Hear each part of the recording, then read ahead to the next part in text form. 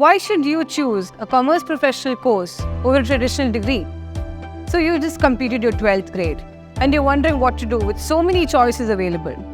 Let me give you 7 reasons why a commerce professional course is better. Reason number 1, practical training. In a professional course, students are mandatorily required to get hands-on training in a particular area of commerce. This training becomes invaluable when it comes to getting a job. Reason number 2, industry exposure. A lot of professional courses include internships and other opportunities for students to gain industry exposure. This can help them understand the day-to-day activities of the industry and gain valuable connections. Reason number 3, specialization. Professional courses often allow students to focus on a particular area and gain in-depth knowledge and skills.